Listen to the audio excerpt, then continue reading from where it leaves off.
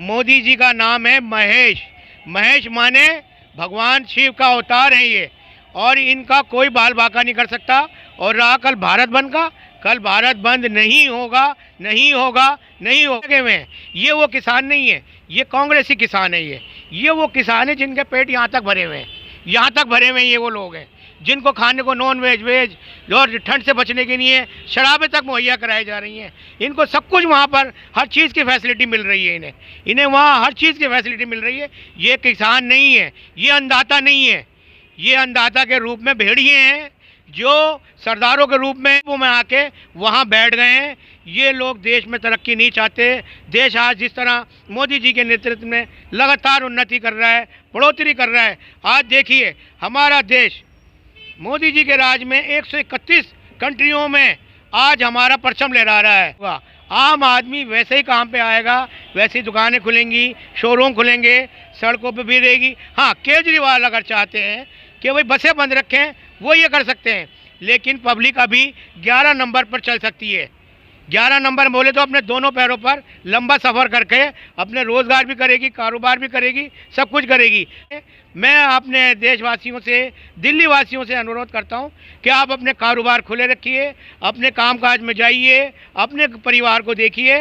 इन लोगों के इनके बारे में बताइए। इन्होंने आज दिल्ली की चारों तरफ से बॉर्डरों को जो सील कर दिया है, घेर लिया है आम आदमी। आज ये वही जगह है, आज आप शाहीन बाग में देख लीजिए। शाहीन बाग में जब धरना प्रदर्शन करने के लिए एक मेन रोड को जब बंद किया गया था, तो ये हमारे माननीय सुप्रीम कोर्ट ने दिल्ली पुलिस पर बहुत तकड़ी झाड़ लगाई थी कि आपके होते हुए उस रोड के ऊपर पब्लिक कैसे बैठ गई।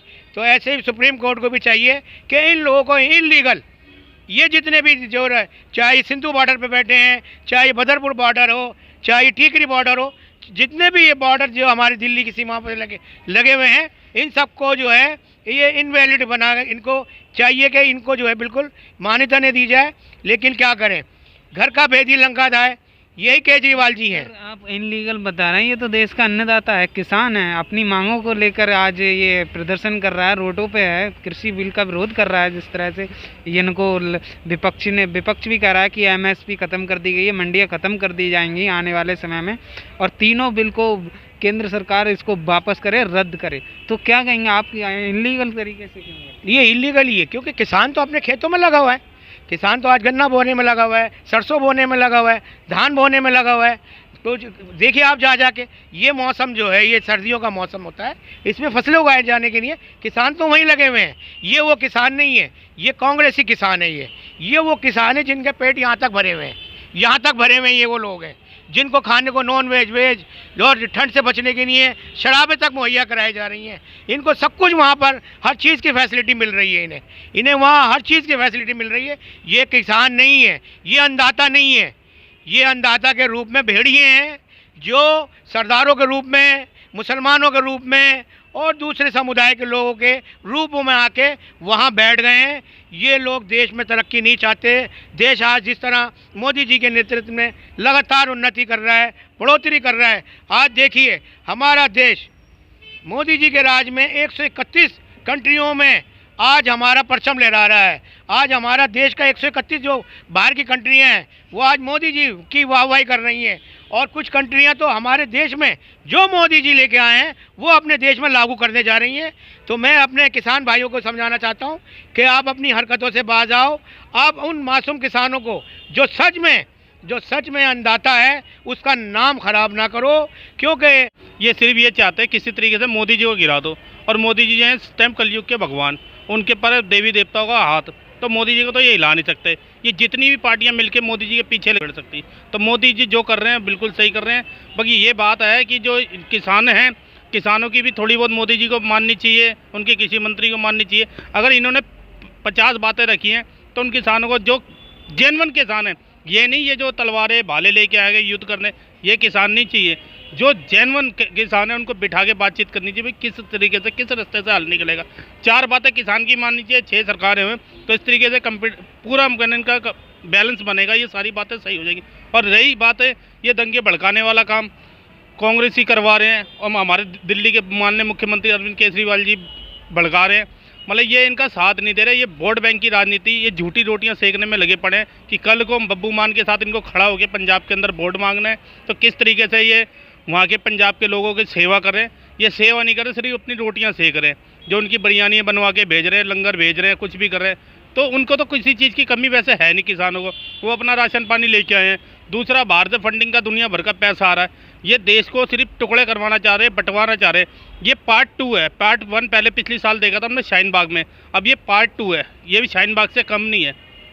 ये हिंदू, अब ये अगर मैं सोच रहे हैं मुसलमान और ये सिख कौम एक हो जाए, हिंदुओं के लिए करो गलत, मगर नहीं। मैं मोदी जी अगर एक हिंदुस्तान के हैं तो हम सब एक है, हिंदू मुस्लिम सिख ईसाई। हमारे जो नारा गांधी जी देके गए थे चारों, हम चारों कौम में एक ही हैं। मगर ये बात मैं कहना चाहता हूँ कि इसका जल्द से जल्द रास्ता निकले, क्योंकि ये रास्ते खुलने की वजह से हम लोग ऐसे बहुत ही लोग, हमने लाखों लोग इस टाइम पे बेरोजगार हो चुके हैं। 10 दिन के अंदर हल्के फुल्की हमारी थोड़ी उछल कूद आई थी, हमारी दाल रोटी चलनी चालू हुई थी। उसके बाद फिर ये कलेज, उससे पहले शाहीन बाग वाला कलेज। तो मैं चाहता हूँ माननीय मुख्यमंत्री जी को भी साथ, जितने स्टेट के मुख्यमंत्री हैं इनको बिठा के समझा के बातचीत करें, इसका रास्ता निकाले जल्द से जल्द कि भाई तुम्हारे को क्या मांग है, उसकी मांग सुनी जाए।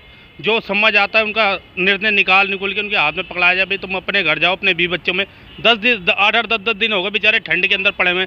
आज की डेट में रात 10 बजे के बाद बंदा बाहर नहीं खड़ा हो सकता। वो किसान भाई वहाँ बैठे हुए ठंड के अंदर काँप रहे, और उनके साथ अगर 20 किसान हैं तो 80 तो विरोधी हैं, बिना मतलब के झगड़े कराने वाले लोग हैं। जो जेन्युइन किसानों की प्रॉब्लम है, तो मैं ये चाहूँगा किसी मंत्री जी उनको बिठा के समझाओ, मोदी जी बिठा के समझाओ, उनका जल्द से जल्द उनका रास्ते निकालो।